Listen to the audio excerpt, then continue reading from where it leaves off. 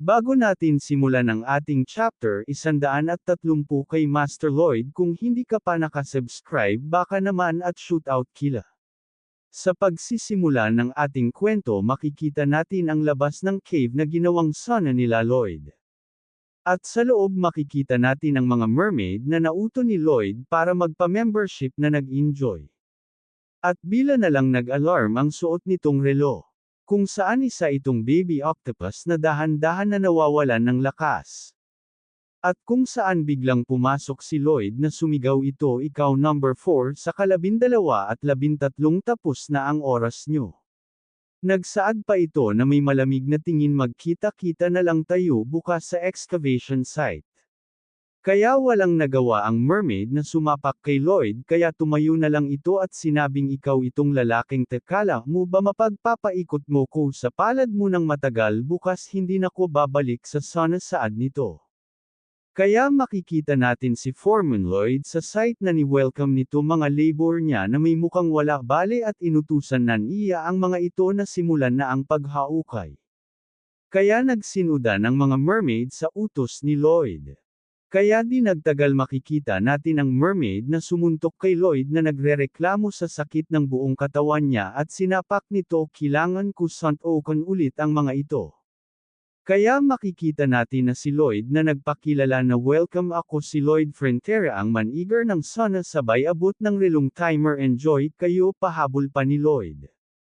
Kaya makikita natin ang mermaid na sumuntok kay Lloyd, hindi pa natin alam name nito mga idol. Kaya di nagtagal na sa site ulit sila nila Lloyd kung saan sila pinagtrabaho ni Lloyd pagtapos ng sauna. Kung saan paulit-ulit ang nangyayari dahil pagtapos nila sa sauna nagtrabaho naman sila sa site nila Lloyd. At makikita natin kung saan narealas ng sumuntok kay Lloyd na mermaid na may mali. Dahil ginagawa na sila puppet ni Lloyd. Kaya kitang-kita na gusto ng tigilan ng mermaid na tigilan niya ang ginagawa niya. Dahil nahulog sila sa circle ng bitag ni Lloyd para sa kanila. Pero nagbago ang mood nito nang at sinabing, hindi ko pwedeng isuko ang preskong pakiramdam sa sauna. Kaya makikita natin sila Lloyd nanunood sa mga mermaid na naghaukay na parang foreman. Kaya napangiti na lang itong si Lloyd na parang demonyo, kaya natakot itong si Rotorua sa tabi ni Lloyd. At paisip na lang itong si Rotorua, isa siyang demonyo, isipin ko palang na nagawa niyang alipin ang buong merfolk sa kamay niya, nakakakilabot. At napasigaw na lang ang mermaid na ginawa akong alipin ng taong demonyo na iyon. Kaya napapasi na lang si Lloyd kay Rotorua, nararamdaman mo bang sumusunod ka sa taong demonyo? Kaya nagulat na lang itong si Rotorua kasi nabasa ni Lloyd ang iniisip nito. Pero lumingon naman itong si Lloyd kay Rotorua na may maamong muka, pero hindi ko sila pinilit na gawin lahat ng iyan. Kaya natulala na lang si Rotorua sa sinabi ni Lloyd. Pero bigla na lang nakahinga ito ng maayos matapos marinig kay Lloyd yung mga salitang iyon. Kaya sa ilang buwan na nalaan natin ngayon, malalim na ang pag ng dagat, kaya meron na sigurong sinyales, kaya ginamit na agad ni Lloyd ang skill niya. Pero di nagtagal parang may napansin ito. Kaya pinatigil niya lahat ng mermaid na naghaukay. Kaya dali-dali bumaba si Lloyd at naisip nito may kung anong pa-box ang meron doon sa baba. Kaya dali-dali niyang hinukay ni Lloyd pagbaba niya agad, kaya nagtinginan na lang ang mga mermaid sa ginagawa ni Lloyd. Pero di nagtagal tumigil ito na parang nakita niya na ang hinuhukay niya. Ito na ngayon kung saan ang Jewel of Truth. Kaya napabugtong hinanga na lang si Lloyd. Dahil iniisip nito kada gabi kung talagang alamat lang ang Jewel of Truth. Dahil minsan naisip niya nang huminto dahil baka hindi totoo ang Jewel of Truth. Pero ngayon nasa harapan na niya ito. Kaya napapunas na lang si Lloyd sa pawis nito, di ko alam mga idol kung luha or pawis. Kaya napasabi na lang itong si Lloyd, tara tignan na natin ang blueprint, habang napasulyap na lang itong si Javier dito kay Lloyd. Kaya makikita natin si Rotorua na umiiyak, kaya tinanong siya ni Lloyd, ano nang gagawin natin ngayon Rotorua, saan na ang blueprint ng Jewel of Truth? Habang ito si Rotorua patuloy pa rin umiiyak. At sinabi Bing Dad Tutong nag-exist ang Jewel of Truth. Kaya lumangoy itong si Rotorua at sinabing ayon sa lolong lolo ng lolo ko kailangan mong hanapin ang pinaka-sintro ng Jewel of Truth. Kailangan mahanap yun dahil doon nakasintro ang isang dahil doon naiipon ang malaking bilang ng mahika ayon sa blueprint dapat meron ditong isang butas para sa susi. Kaya agad-agad ginamit ni Lloyd ang kanyang map hack ability at hindi naman nagtagal nakita niya yung keyhole. Kaya hinukay agad ito ni Lloyd at nagsalita naman si Rotorua mukhang ayan na nga iyon. At may na-realize naman agad itong si Lloyd sandali kung ito ang susiyan asa ng susi saad ni Lloyd. Pero hindi nagtagal mag-isang napakalas na Wade ang lumabas mula sa butas.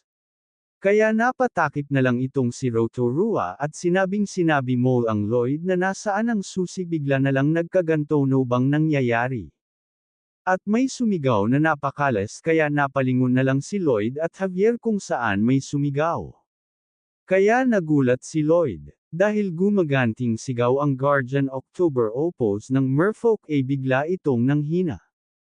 Kaya napatingin na lang si Lloyd sa higanteng octopus hindi kaya ang susi ay hindi pwede tasaad ni Lloyd. Kaya makikita natin ang dahan-dahan ng hihina ang octopus at dahan-dahan na bibitawan ang buong merfolk. Kaya napasigaw na lang si Lloyd nasa loob ng octopus ang susi. Kaya makikita natin na dahan-dahan nang bumibitaw ang Guardian October Opus sa hawak nitong lugar ng mga mermaid. Kaya biglang yumanig ang buong kaharian ng merfolk. Kaya napasigaw na lang ang reyna ng mga mermaid kung mahuhulog ang buong kaharian magsilikas na kayo. Nagpasalamat naman ang isang mermaid dahil walang mga tao sa buong kaharian dahil lahat ng mamayan ay nasa labas kasama sila Lloyd kaya napatanong na lang ang reyna ng ano. Kaya napangiti na lang ang reyna na at napasabi na paabi ng so mabuting lalaki pala siya tukoy nito kay Lloyd. Kaya napasabi na lang si Lloyd ng dahil ba sakin kaya ta nang yayari kaya napasagot na lang si Javier na maliwag na ikaw at sumagot naman si Lloyd umaasa akong hindi. Kaya hinawakan na lang ni Javier si Lloyd at sinabing ililigtas ko ang kaharian ng mga mermaid tas ikaw kunin mo yung susi saad nito kay Lloyd. At napasabi na lang ulit itong si Javier para sa pakanan ng state kailangan kitang iligtas. Kaya napatitig na lang itong si Lloyd kay Javier na walang masabi. Kaya biglang lumipad ito si Javier habang kaladkad nito si Lloyd na nagulat. Kaya makikita natin itong reyna ng mga mermaid na may balak gawin. Yun pala pipigilan niya ang bumabagsak na kaharian ng mermaid. Kaya makikita natin na mag-isa niyang pinipigilan ang bumabagsak na kaharian. Pero kitang-kita sa itsurang nito na hirap na ito. Kaya nasabi niyang hindi niya mapigilan. Pero nagulat na lang ito nang biglang bumagal ang pabagsak na kaharian. At paglingon nito nakita nito si Javier na pinipigilan din ang kaharian. Kaya tuwang-tuwa ang reyna. Kaya napatingin na lang din si Javier dito. At sinabi sa reyna na pwede ka na tumigil. Kaya lumipat naman tayo sa Guardian October Opus na tuloy pa rin ang paghihirap nito. At parang may kung anong isusuka. Kaya napaisip na lang si Lloyd na alam ko ang sintomas na ito hindi kaya. Ito ay hindi pagkatunaw ng kinain. Kaya dito muna ang ating chapter 130 kaya kung natapos mo ang video na to pala pwedeng paki-like and subscribe ka na rin para update ka sa kwento ni Master Lloyd.